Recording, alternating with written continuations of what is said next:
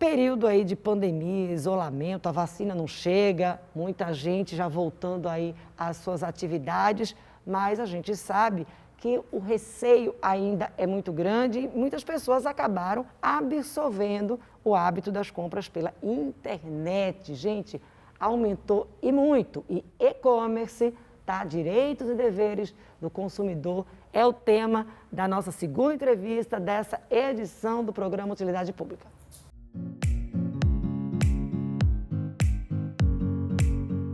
E para falar sobre o assunto, sobre o direito do consumidor nessa relação das compras pela internet, que as pessoas estão ouvindo muito falar na expressão e-commerce, a gente bate um papo a partir de agora com o Paulo Thyssen, nosso advogado, que está aqui no quadro Seus Direitos já há algumas temporadas do programa Utilidade Pública.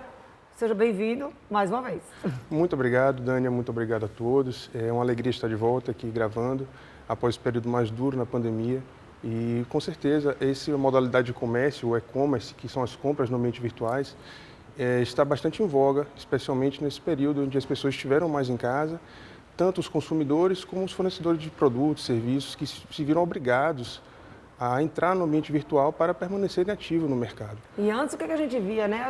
A pessoa entrava e buscava um site para comprar, né? Agora, você vai acompanhando ali as redes sociais, por exemplo, o Instagram, Sim. E ali muitas vezes já aparecem os valores, você clica no valor, já direciona para o site, ou lá em cima você já clica, já direciona para o WhatsApp direto do vendedor, ou seja, cada vez mais próxima essa oferta, mas isso tem que deixar os consumidores também alerta, porque essa facilidade, ela precisa também de cuidados.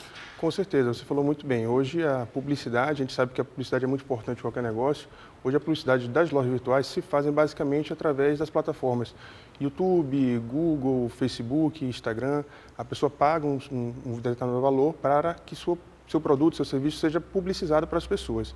Isso, de certa forma, com certeza, gera uma potencial violação de direitos, porque, imagina, se você tem uma possibilidade tão fácil de se vender um produto, se vender um serviço, também existe a possibilidade de pessoas de má fé agirem dessa forma, através das plataformas, e darem acesso a serviços que não, muitas vezes, correspondem aos direitos dos consumidores. Então, é preciso que os consumidores estejam atentos e também os lojistas, que os prestadores de serviços estejam atentos às normas, porque, dessa forma, eles conseguem construir, estruturar um mercado de forma mais saudável para eles próprios e até mesmo a lei se torna mais genérica, não precisa abranger todos os casos se for atuado de forma correta.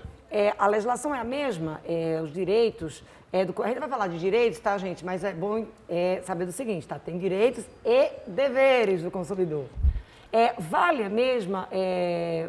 as mesmas regras da compra pela internet normal ali no site, que inclusive a gente já trouxe em outras edições aqui, mas por conta desse aumento pela procura, explodiu mesmo o e-commerce, a gente está reforçando esse assunto. Por exemplo, comprei um produto, tá? Ele chegou, não era exatamente aquilo que estava lá na fotografia. Tem direito a devolver, prazo para devolução? Bom, como é que funciona? Isso depende do site? Muito interessante a sua pergunta, Dani. O Código de Defesa do Consumidor, ele abrange todas as relações entre consumidor e fornecedor de serviço, fornecedor de produto. Então, sim, via de regra, se aplica o Código de Defesa do Consumidor de forma ampla. Nós temos algumas legislações, exemplo da Lei 7962 de 2013, que trata especificamente sobre o e-commerce, mas a norma do consumerista, do direito do consumidor, ela se aplica de forma geral. E, especificamente a situações como essa, nós temos o chamado direito ao arrependimento. Eu vou um pouquinho mais longe, Dani. Não sei se você sabe ou se as pessoas precisam saber, na verdade, quando se recebe um produto ou um serviço através de meios online, o consumidor tem direito até 7 dias, a partir do recebimento do produto ou do fornecimento do serviço, para desistir daquela compra. E desistir, quando eu falo, ele desiste de forma ampla. Obviamente que o consumidor ele não pode utilizar o produto antes de devolver. Então, não é receber o produto, então eu vou utilizá-lo e depois eu vou fazer a devolução. Não, o produto precisa estar intacto. Da mesma forma, o serviço. Eu não posso receber um serviço, por exemplo, eu comprei um curso de educação física, de exercícios físicos. Se eu comecei a utilizar ele estou usufruindo dele, e no terceiro dia, por exemplo, eu desisti, eu não posso simplesmente chegar para o fornecedor, para o meu profissional de educação física, e falar, olha, eu não quero mais, devolva meu dinheiro. Não. Ele tem 7 dias, a partir do momento que, no caso do serviço, é disponibilizado esse curso, para Mas você sem utilizar. sem utilizar. E é importante, ó. Com Paulo certeza. trouxe aqui. Geralmente, quando a gente fala de compras pela internet, sobre esses Sim. direitos, a gente fala sobre algum objeto, né? Sim. Ah, comprei uma roupa, comprei, sei lá, uma panela. E dificilmente as pessoas fazem essa relação com serviços. Com Ou seja, certeza. tem cursos online sobre, sei Sim. lá, design, marketing digital. Você Sim. compra ali aquele pacote. Perfeito. Alguns, inclusive, colocam lá, se você não ficar satisfeito, devolvemos seu dinheiro com 30 dias. Alguns colocam Sim. isso. Mas se não houver isso, ele continua com esse direito aos 7 dias, desde que não ingresse, não faça nem o login, é isso? Isso, Não utilize de forma Não utilize alguma. os cursos, não utilize o curso ou o serviço. Daniel, acho que é importante a gente destacar o que é um defeito, antes de tudo. Pode parecer uma coisa meio óbvia, mas não é tanto. O defeito, gente, é sempre que um produto ele chega à sua casa, à sua residência, seja um produto, seja um serviço, é muito bom pontuar isso, e ele não está nas condições em que foi vendido a você. Então, sempre que o produto ou um serviço for anunciado de certa maneira, e quando chega à sua residência, quando você vai usufruir ele, ou nesse período de 30 dias, ele apresenta algo que não corresponde às suas qualidades técnicas específicas de fruição, de utilização, isso se configura um defeito. Então, um defeito, nesse caso, não é simplesmente não gostar de um produto, claro. O defeito pode vir tanto imediatamente, então eu comprei um curso e o curso promete X e Y e quando eu vou perceber ele só entrega X, não entrega Y, ou um produto, ele apresenta, comprei um celular que tem uma câmera de 42 megapixels, quando chego é uma câmera de 30, então isso é um defeito, é um vício no produto. Como também durante esse tempo pode apresentar algum problema que obviamente não pode ser um problema de utilização. Então eu utilizei o produto de forma errônea. Derrubei o telefone, Exato. comprei um telefone, derrubei, quebrou. Eu derrubei na água, por exemplo. Isso não é um defeito, isso é um problema que eu ocasionei. E como é que ele prova isso? É o que? Ele fotografa, ele, no caso de um objeto, obviamente, um defeito visível, como é que se prova isso? É sempre importante na questão de prova, Dani, a pessoa se munir, a gente bate nesse ponto sempre bastante aqui na utilidade pública, se munir das formas mais amplas possíveis. Então ele precisa tirar foto, ele precisa filmar, ele precisa fazer algum registro, ele precisa sempre, gente, estar de boa fé, estar de boa índole, que é basicamente falar a verdade. Então precisa agir por esse caminho e perceber também, gente, que a responsabilidade também de comprovar que não é um vício é conjunta.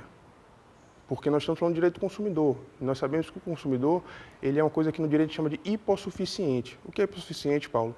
É um consumidor que não é tão forte na relação jurídica. Entre consumidor e fornecedor, o fornecedor muitas vezes tem muito mais poder do que o consumidor. Então também cabe ao fornecedor, ao receber o produto, no caso de uma devolução por causa de defeito, ele fazer uma análise técnica e emitir um laudo para ver se efetivamente aquele produto é um defeito que já existia ou foi ocasionado pelo próprio produto ou por mau uso, por exemplo. Tá, porque existe realmente, Exato. existe má fé. Existe má fé dos dois lados. Pessoas que derrubam e depois dizem que o problema... Perfeito. O equipamento é que estava com defeito, e aí devolve, entendeu? Exatamente. E aí ele tem que ter essa segurança também de dizer, não é bem assim.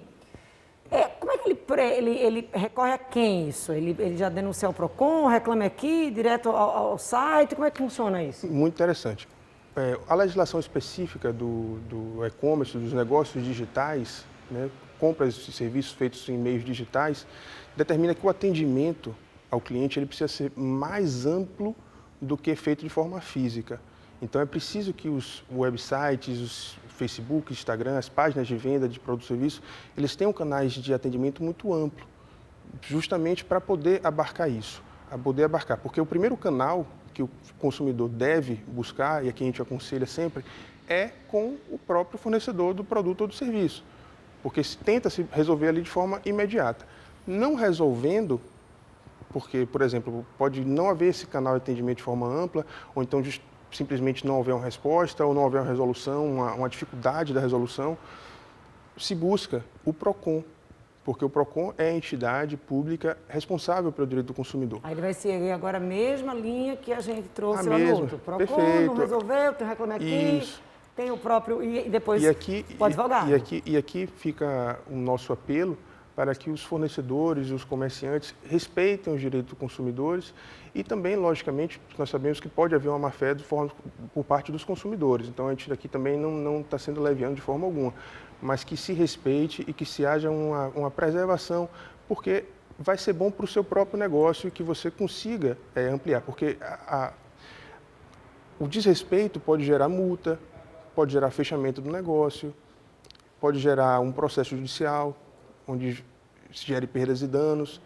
Então, é muito prejudicial. Além do que a imagem da empresa, que hoje qualquer empresa vive da sua imagem, vive do seu marketing, dos seus clientes. O cliente sempre é o ativo mais importante. Então, o respeito a isso o mais amplo possível, a segurança, é muito importante. E sempre buscar esse equilíbrio entre as duas partes, para que todo mundo saia de forma saudável e satisfeita. E aí, claro, a gente vai lá para os cuidados antes da compra, né? O site é um site que você já conhece, você já comprou, tem recomendação, vale muito. Também o Paulo trouxe aqui no início da entrevista, reclame aqui, acessa lá, vê se tem reclamação recorrente desse site. Eu nunca comprei aqui, será que tem reclamação recorrente? E aí a gente está falando isso para evitar dor de cabeça. Nesse primeiro bloco, a gente trouxe coisas assim, um objeto que você está ali na sua casa, foi lá, trocou, não deu certo. Mas olha, gente, tem viagens que você compra, já imaginou? Você se desloca de um local para o outro e aí vem uma dor de cabeça terrível. Então, assim, a gente está falando de uma forma geral. Mas, assim, a quantidade de serviços hoje que você compra pela internet, por um número de sites, demanda muito cuidado na hora da compra também. E aí tem um outro fator que a gente vai estar abordando no próximo bloco. Muitas empresas, elas têm o próprio site, elas vendem os seus próprios produtos, mas elas também vendem produtos de outras empresas. E aí, como proceder? Tá? O frete é por uma empresa, a entrega é por outra, mas você comprou no site da outra, o produto é da outra. O consumidor fica meio perdido, mas a gente vai trazer todas essas informações depois do intervalo.